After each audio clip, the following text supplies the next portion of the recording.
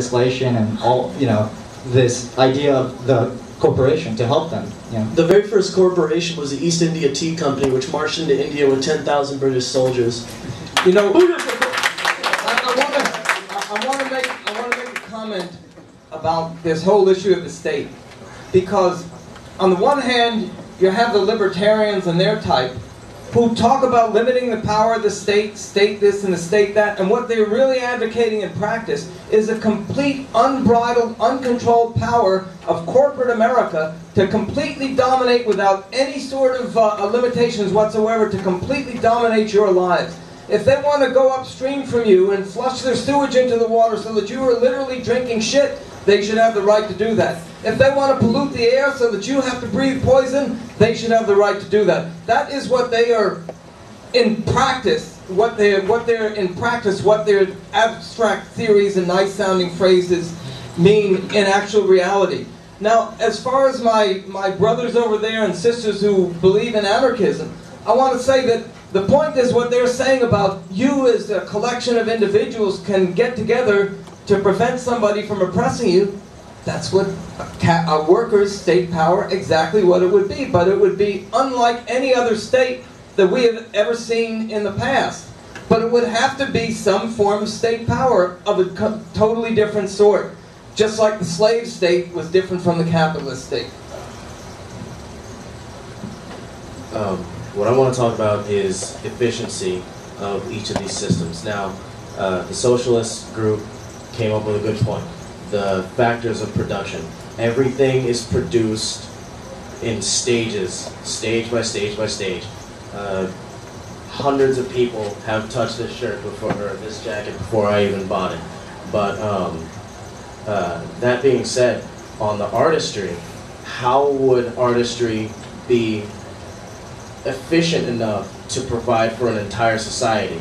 If one person is crafting their entire product, how is that going to be mass produced in order to provide for everyone? Efficiency is the entire reason that all of these production stages were made. Everyone has to be a cog working together in order to mass produce, in order to provide for an entire society. Well, from the anarchist perspective, what that means, though, is that our societies, the number, the sheer quantity of them, would have to be scaled down. Right now we live in a mass society where, I think like this young woman over here said, that we have groupthink. Everything that is produced is made on such a mass level that, the degradation of the ecological systems we've been already seeing by the amount of extraction that we're doing on such a scale. So in an anarchist society, our cities and our towns and our countries would be scaled down, so you didn't need to mass produce things on that level. To say that amount of mass production that's necessary to sustain a mass society ultimately dehumanizes people, and it makes you, like you said, a cog to a machine.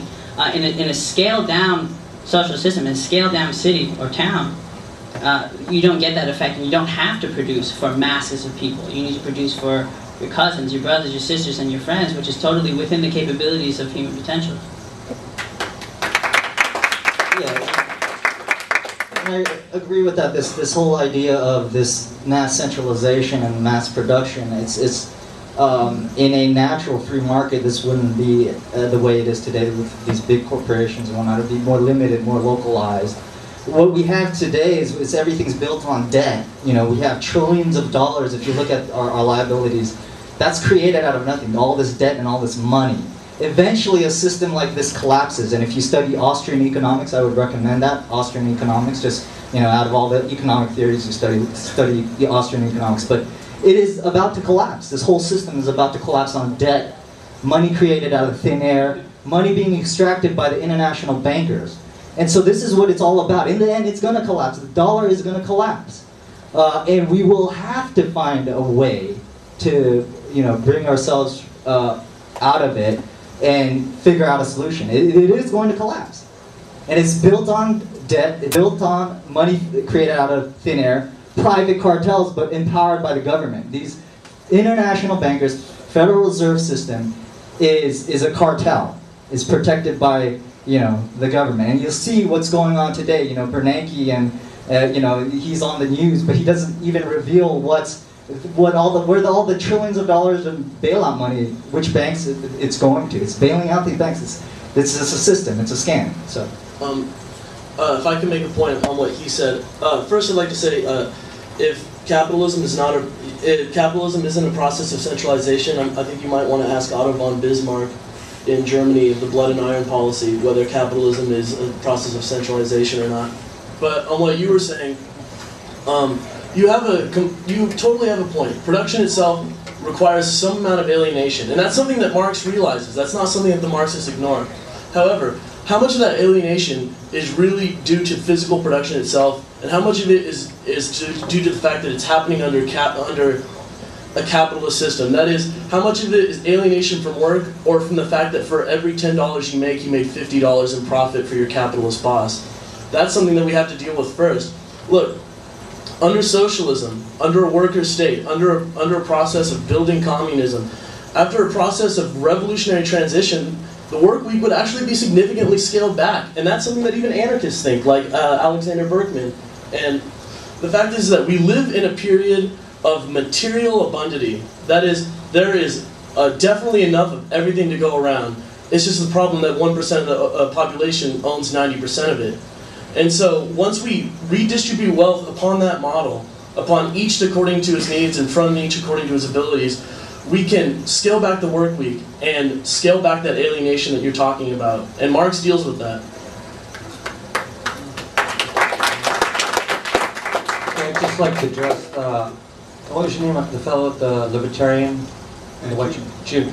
Yeah, in your initial discussion of it, I take a little, I think you're missing a point, is that when you used your example as the people coming from England to America, and you said somehow they didn't have incentive. Well, there's a biological imperative of our species to cooperate, and that's incentive. And that's why it was necessary that they did seek help, and they were helped by the other people that were there. So that argument to me, that there's no incentive unless everything's privatized, does not have a biological basis at all. I feel, in fact, you maybe got it backwards. I like what you say about some of the stuff you just said about, yeah, the banks and these corporations are taking over, but we do have a biological imperative as a species to cooperate. And so if everybody just does their own damn thing, that's not how we are. We're social animals, so.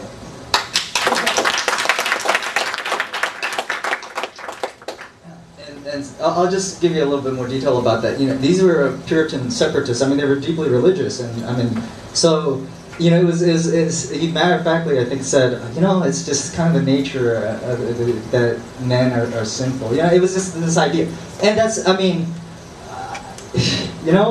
it's just the reality of the situation. I do agree. In an ideal form, these are really deeply religious people that came here and tried to make things like this work, and so.